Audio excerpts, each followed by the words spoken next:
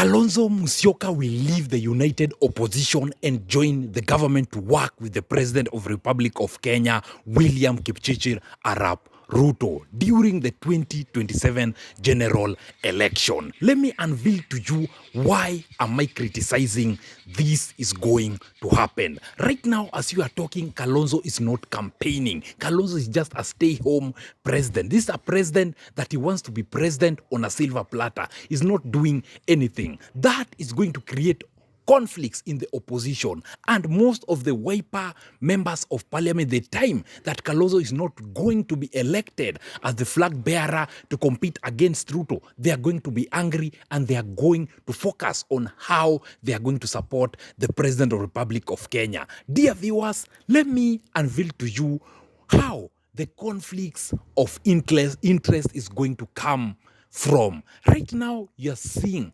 Sifuna has become popular. Even Rigathi Gachagua has said that if them as the united opposition are ready to support anyone that Kenyans are going to rally behind them. Sifuna is popularizing his name, and his name has grown very big. Remember that Sifuna is the reincarnation of Raila Amolo Odinga. How Raila was is how Sifuna is, and that is going to give him an upper hand. Remember that he only announced a pay bill within 36 hours. They have already funded 3 million from people. People came in and they are ready to support the Linda Mwananchi movement.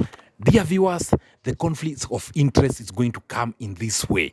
If Kalonzo is not going to be the flag bearer of the united opposition, he's going to get angry, and that is going to make him to leave the united opposition and join the government to work with Ruto, because Rigathi Gachagua is bigger than Kalonzo Musyoka. Kalonzo Musyoka is soft-spoken. Kalonzo Musyoka has just got any Wiper members from his place in Ukambani region. What about the DCP? The DCP party is very popular. The DCP party is going to be having a bigger say in the Mount Kenya region.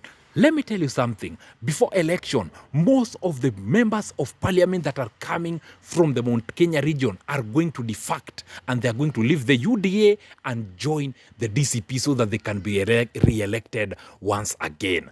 What about Kalonzo Musyoka? The leader that is having currently are the leaders that is going to retain. Most of them are coming from his place in the Ukambani region.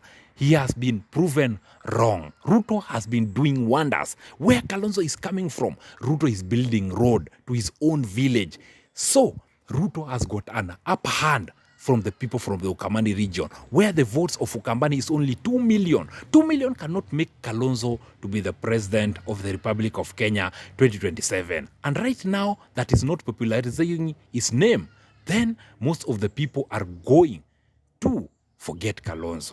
And if Kalonzo is not going to be elected, the flag bearer to compete against Ruto, then he's going to leave the united opposition and join the Kenya Kwanza. That is the reason why he has been silent. He has been silent for so long, because he's seeing whatever that is happening on the ground. His name has been forgotten. Most of the people doesn't talk about whatever that Kalonzo is doing. Most of the people right now, the wave is on Sifuna. Kalonzo is going to betray Sifuna and is going to work with the President of the Republic of Kenya, William Kipchirchir Arap Ruto, because he's not going to be elected as the flag bearer of the opposition. Even Matiang'i is doing better than Kalonzo. Matiang'i is campaigning left, right, and center. Rigathi Gachagua is popularizing in party. Today, Rigathi is in Embu, popularizing his DCP party. What about Kalonzo Musyoka? Kalonzo Musyoka could also be in other place campaigning. Kalonzo and Eugene Wamalwa are the same.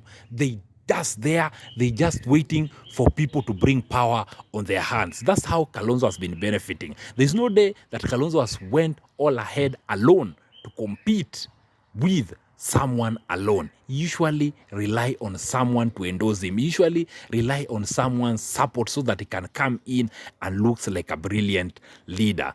That is going to be something that is going to bring him down. Let me tell you something. If it's Kalonzo that is going to compete with Ruto, then Ruto is going to win this thing very early in the morning. Take it to the bank. Take it to the bank. Because I promise you that most of the youth right now, the Gen Alpha, doesn't know is Kalonzo.